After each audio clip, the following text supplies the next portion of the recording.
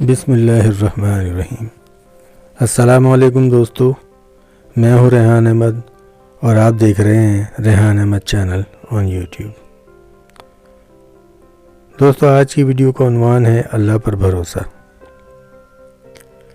ایک لڑکی کی شادی کو 7 سال کا عرصہ بیت گیا، مگر وہ اولاد کی نعمت سے محروم تھی۔ اس کے خاندان اور دوستوں میں جتنی بھی اس کے ساتھ کی لڑکیاں تھیں، سب کوئی 2، کوئی 3 اور کوئی 4 بچوں کی ماں بن چکی تھیں۔ حتیٰ کہ اس کے سسرال میں اس کے نند، دیور، جن کی شادیاں اس کے بعد ہوئیں، وہ بھی اب صاحب اولاد ہو چکے تھے۔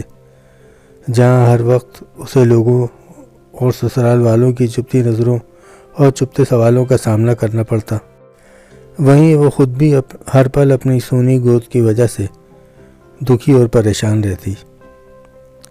اس کی رپورٹس میں بھی ڈاکٹروں نے تقریباً ناامیدی ظاہر کی، جس پر ہر وقت وہ دکھی رہنے لگی، مگر دل میں ایک امید بھی رہتی کہ اللہ سے بڑا کوئی ڈاکٹر نہیں، وہ چاہے تو کچھ بھی ناممکن نہیں۔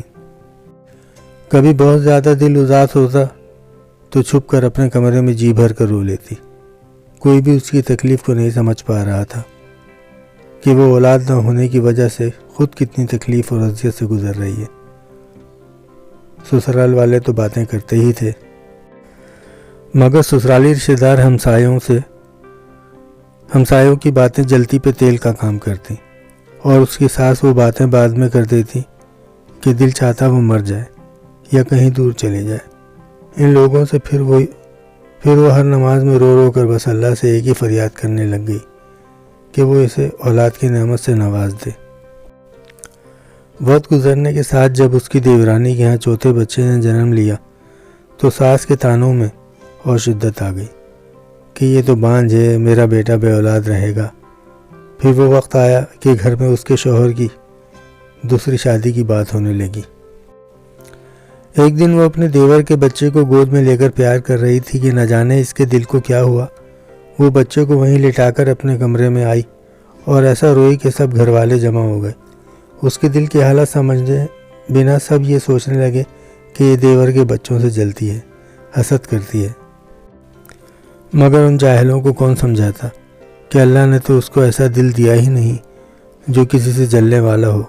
وہ تو ان لوگوں میں سے تھی جو اپنی خوشیاں بھی کسی اور کی جھولی میں ڈال دیں، جو اپنے منہ کا نوالا دوسروں کے منہ میں ڈال دیں۔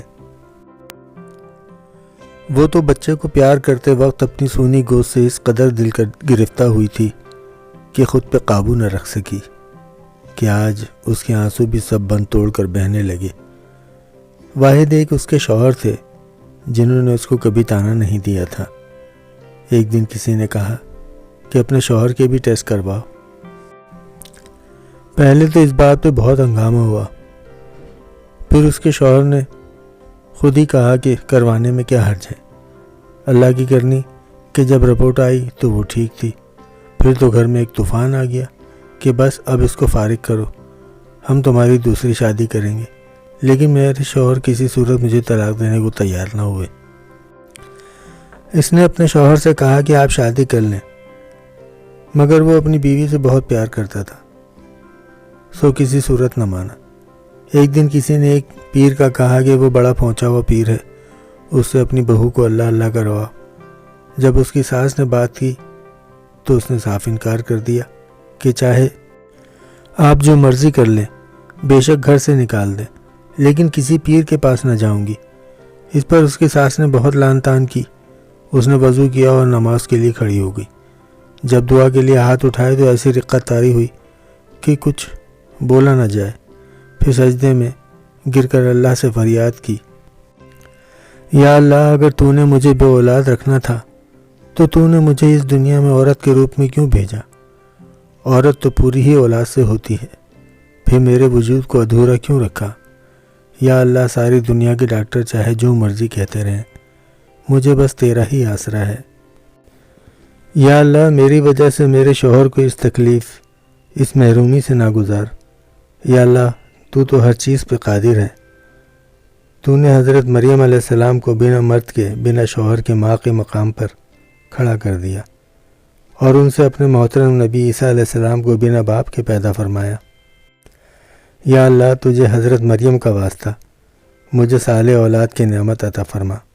یا اللہ اولاد کے بنا میں ایک ادھوری عورت ہوں، یا اللہ مجھے پورا کر دے، یا اللہ مجھے پورا کر دے۔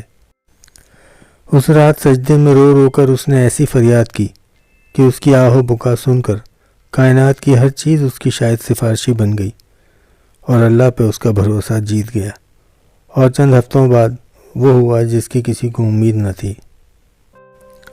ڈاکٹر بار بار اس کی رپورٹس دیکھ رہے تھے، پھر اس کو زندگی کی نوید سنائی گئی کہ وہ ماں بننے والی ہے۔